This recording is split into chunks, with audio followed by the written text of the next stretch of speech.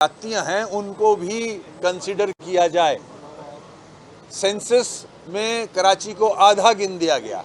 उसके बाद जो हमारे खदशात हैं, जिसके हवाले से हम इलेक्शन कमीशन में भी गए, कोर्ट्स में भी मौजूद हैं, कि बल्दियाती निज़ाम मजबूत होना चाहिए। आने वाला जो मेयर हो इलेक्शन के बाद वो इस काबिल हो कि उसके पास फाइनेंशियल एडमिनिस्ट्रेटिव इख्तियारात होने चाहिए ताकि वो लोगों की खिदमत कर सके, मसाइल हल कर सके।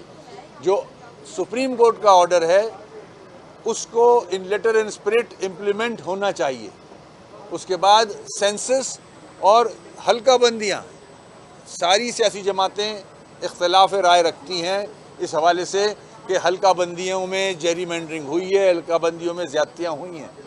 तो मेरी रिक्वेस्ट ऑनरेबल कमीशन से ये थी कि इस फैक्टर को एड्रेस करने के साथ साथ ये भी देखा जाए कि और ऐसा वक्त दिया जाए कि हल्का बंदियाँ भी हो जाएं, डिलिमिटेशन के हवाले से वोटर लिस्ट में जो इश्यूज़ हैं वो रिजॉल्व हो जाएं।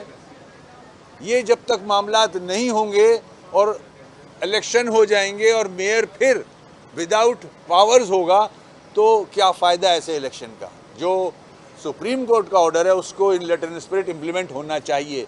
हालांकि राइटली सेड कि इलेक्शन कमीशन का काम नहीं है ये, मगर as a party worker MKM Pakistan को रिप्रेजेंट करते हुए मैंने अपने व्यूज़ इलेक्शन कमीशन के सामने रखे और उनसे ये रिक्वेस्ट की है कि ये सारी जो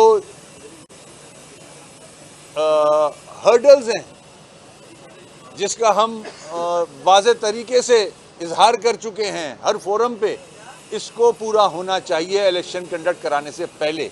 हाँ, ये भी देखा जाए कि इतना अरसा हो गया है डिले को, बहुत सारे कैंडिडेट्स वफात पा गए हैं, बहुत सारे कैंडिडेट्स ने अपनी अपनी जमातें छोड़ दी हैं, तो शेड्यूल भी नया दिया जाए, नई नॉमिनेशन होनी चाहिए और फिर इलेक्शन कराए जाएं, ये सारे खदशात पूरे करते हुए। तो ये हमने रिक्वेस्ट इलेक्शन कमीशन के सामने अपने व्यूज़ रखे हैं। अब इंतज़ार कर रहे हैं, देखते हैं इलेक्शन कमीशन क्या फ़ैसला देता है।